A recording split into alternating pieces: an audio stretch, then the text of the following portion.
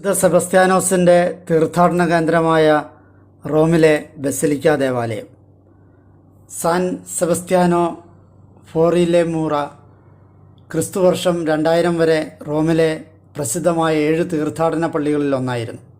മഹാജൂബിലി വർഷത്തിൽ ഈ ദേവാലയത്തിന് പകരം റോമിലെ ദിവിനോ അമോറെ ദേവാലയത്തെ ജോൺ പോൾ രണ്ടാമൻ മാർപ്പാപ്പ ഈ ഗണത്തിൽ ഉൾപ്പെടുത്തി. എന്നാലും അനേകായിരം ജനങ്ങൾ സന്ദർശിക്കുന്ന ഒരു പുരാതന ബസിലിക്കയാണ് ഈ ബസിലിക്ക. സഭയ്ക്ക് സ്വാതന്ത്ര്യം ലഭിച്ച് അധികം കഴിയുന്നതിന് മുമ്പ് തന്നെ റോമിൽ പടുതുയർത്തിയ ദേവാലയമാണ് വിശുദ്ധ സെബസ്ത്യാനോസിൻ്റെ നാമധേയത്തിലുള്ള ഈ ബസിലിക്ക. വിശുദ്ധ ലോറൻസിനെ പോലെ ആദിമ ക്രൈസ്തവരുടെ ഇടയിലെ ജ്വലിക്കുന്ന സാക്ഷ്യവും ദൈവിക പ്രചോദനവുമായിരുന്നു വിശുദ്ധ സെബസ്ത്യാനോസിൻ്റെ ജീവിതവും. വിശുദ്ധ സെബസ്ത്യാനോസിനെ കുറിച്ചുള്ള ചരിത്ര വിവരങ്ങൾ നമുക്ക് ലഭിച്ചിരിക്കുന്നത് മിലാനിലെ പ്രസിദ്ധ വേദപാരംഗതനായ വിശുദ്ധ അംബ്രോസിലൂടെയാണ്. മിലാനിൽ നിന്നുള്ള സെബസ്ത്യാനോസിനെ വീരാരാധനയോടെയാണ് അവിടെയുള്ള വിശ്വാസികൾ കണ്ടിരുന്നത്. ക്രിസ്തു വർഷം 283 കരിനൂസ് ചക്രവർത്തിയുടെ കാലത്ത് അദ്ദേഹം റോമൻ സൈന്യത്തിൽ ചേരുകയും പ്രശംസനീയമായ രീതിയിൽ രാജ്യസേവനം നടത്തുകയും ചെയ്തു. അദ്ദേഹത്തിൻ്റെ അസാധാരണമായ ധീരതയും ആത്മാർത്ഥതയും കാരണം സൈന്യത്തിലുള്ള ഉന്നത സ്ഥാനങ്ങൾ അദ്ദേഹത്തെ തേടിയെത്തി. എന്നാൽ സെബസ്ത്യാനോസ് ക്രൈസ്തവ വിശ്വാസം സ്വീകരിച്ച കാര്യം ഉന്നത ഭരണാധികാരികൾ ആരും തന്നെ അറിഞ്ഞിരുന്നില്ല.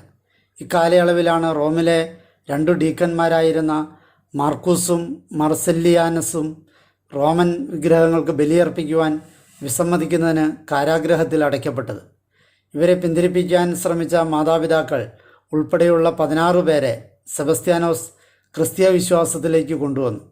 ഈ സമയത്ത് അദ്ദേഹത്തിലൂടെ ദൈവം വലുതായ അത്ഭുതങ്ങളും പ്രവർത്തിച്ചു.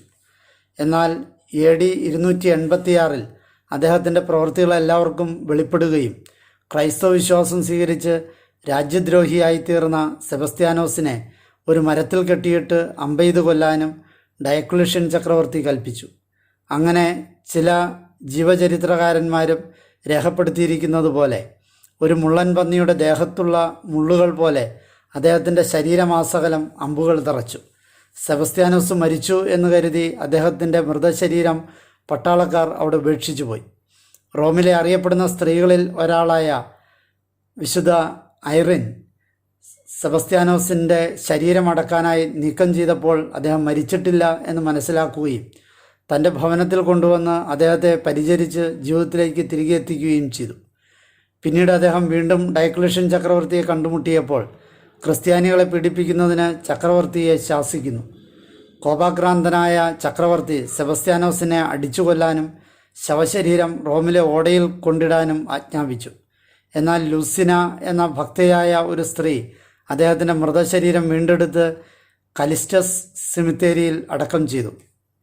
സഭയ്ക്ക് സ്വാതന്ത്ര്യം കിട്ടിയ സമയത്ത് അപ്പസ്തോലന്മാരുടെ ദേവാലയം എന്ന പേരിൽ അറിയപ്പെട്ടിരുന്ന പള്ളിയിലാണ് സെബസ്ത്യാനോസിൻ്റെ തിരുശേഷിപ്പുകൾ സൂക്ഷിച്ചിരുന്നത്.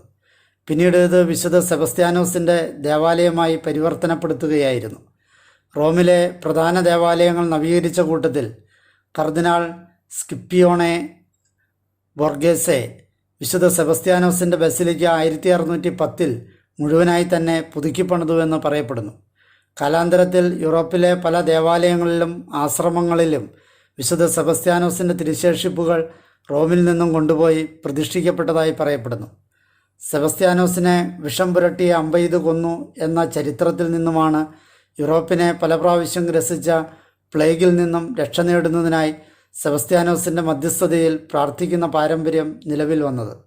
മാത്രമല്ല, ദൈവത്തിൻ്റെ പ്രത്യേക സംരക്ഷണത്താൽ അമ്പെയ്ത് കൊല്ലാൻ ശത്രുക്കൾ ശ്രമിച്ചപ്പോൾ അദ്ദേഹം മരണത്തിൽ നിന്നും രക്ഷപ്പെടുകയും ചെയ്തു. ഇതുപോലെ പ്ലേഗ് പോലുള്ള മഹാമാരിയിൽ നിന്നും സൗഖ്യം പ്രാപിക്കുന്നതിന് സെബസ്ത്യാനോസ് അനേകരെ സഹായിക്കുന്നുവെന്ന് വിശ്വാസികൾ തിരിച്ചറിഞ്ഞു.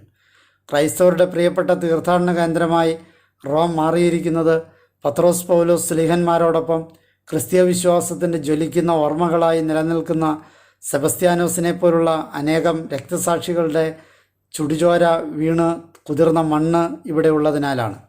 ഇന്നും ഈ ബസിലിക്ക ക്രിസ്തീയ ചൈതന്യത്തിൻ്റെയും ആത്മീയ അനുഗ്രഹത്തിൻ്റെയും സ്രോതസ്സുകളിലൊന്നായി നിലനിൽക്കുകയും അനേക ലക്ഷം വിശ്വാസികൾ ലോകത്തിൻ്റെ വിവിധ ഭാഗങ്ങളിൽ നിന്നും റോമിലെത്തി പ്രാർത്ഥിച്ച് അനുഗ്രഹം പ്രാപിച്ച് തിരികെ പോവുകയും ചെയ്യുന്നു.